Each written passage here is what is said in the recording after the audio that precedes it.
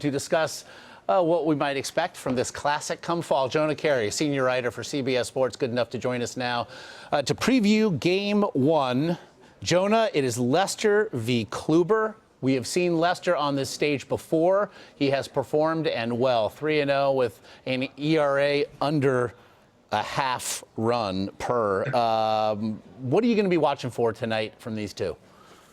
This should be a great matchup. I mean, Leicester is getting a lot of ink, and obviously the Cubs are in general, but don't discount the Indians. I mean, the way that they were able to slice through the best offense in baseball, the Red Sox, and then beat up on the Blue Jays as well is very impressive.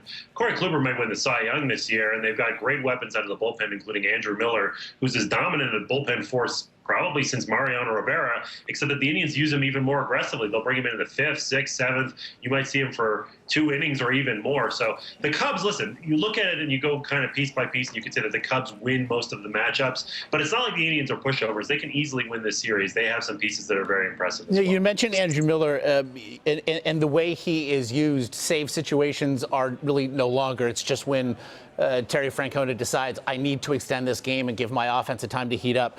If we look then at what Andrew Miller can do for this bullpen, and then you look across at Chicago's pen, arguably as good, certainly with a lights-out closer.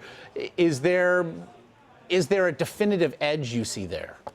Well, I do think that that ability to use leverage, I mean, it warms my nerd heart, first of all. We've only been yelling about this stuff for 20 years, people like me who study baseball statistics. The ability to use your best guy in the biggest situation is huge. And so even if you think that the Cubs personnel is roughly as good as Cleveland's, Terry Francona being willing to use Miller, let's say the bases are loaded and Anthony Rizzo's coming up in the 5th inning in a tie game. If Miller induces the double play or gets a strikeout or whatever there, goes on to pitch the 6th and 7th, that gives the Indians time to tack on and maybe take the lead. And then you've got a relatively easier situation. This idea that there's a closer mentality that you can only pitch the 9th inning, it's nonsense. It's made up. This didn't exist before. The save rule only started in 1960. If you could just get your best guys in the best situations, that's key. We saw it last series too. The Dodgers were bringing in Kenley Jansen early in the game. Yeah. Clayton Kershaw got a save, so that flexibility is great. Let's not go to. The wound is still fresh, Jonah. I do appreciate that, though. And look, you know, to that point as well, we saw the impact that Dave Roberts had in that series, one of the bright young managers in the game. And so here we are, arguably the 2 finest managers in the game, and Joe Maddon and Terry Francona.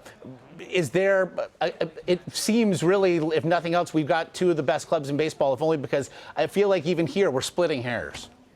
Oh, yeah, we could put Bruce Bochy's seat at the table, too, but I would say that those 3 would be the guys. And, yeah, no, certainly you look at both of their skill managerially, and, of course, don't discount the most important role of a manager, which, despite the fact that I'm an analytics guy, I would tell you is managing a clubhouse. It's managing the highs and the lows, and, you know, the Cubs came in with great expectations. It's 108 years since they won the World Series. There's a lot of pressure. Conversely, Cleveland has had all kinds of injuries. You know, their starting rotation really took a big hit, and here they are. They've been able to manage an impressive feat themselves. So, yeah, both of these guys have both, right? They really know how to read the room and keep guys on an even keel, but they also recognize how to really manage the in-game tactics. It's impressive, and Francona's already pretty much punched his ticket to the Hall of Fame, I would say, as a manager, and Joe Maddon could be on his way. So if the Dodgers then provided destiny with the sacrifice to get the Cubs at least to the brink here, perhaps ending almost 11 decades of futility on the grandest stage, it almost seems like Cleveland can't catch a break, having suffered without a World Series title for 68 years of their own. I leave it to you, my favorite baseball geek. Pick me a winner, Bobby.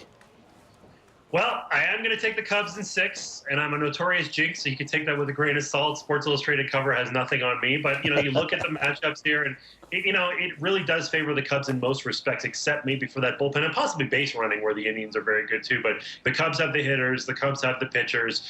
They match up very well. But it is a close series, and, you know, we talk about small sample sizes. Geeks like me talk about that. 162 games, I would tell you that the Cubs are going to have a better record. Things can happen in a 7-game series, so I'm hedging. I'm giving you Cubs.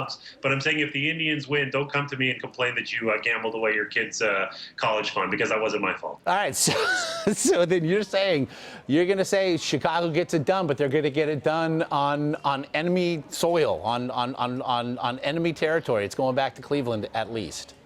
I do see that happening. I think Corey Kluber could win games 1 and 5, and the Cubs might win the games in between, ultimately setting up a Game 6 situation where defending Cy Young winner Jake Arrieta could emerge as the guy. Look at you. Geek chic, Jonah Keri. Geek chic. That's exactly what it is. We appreciate the time, and I hope to visit again with you through what should be a magical run, at least for one of them.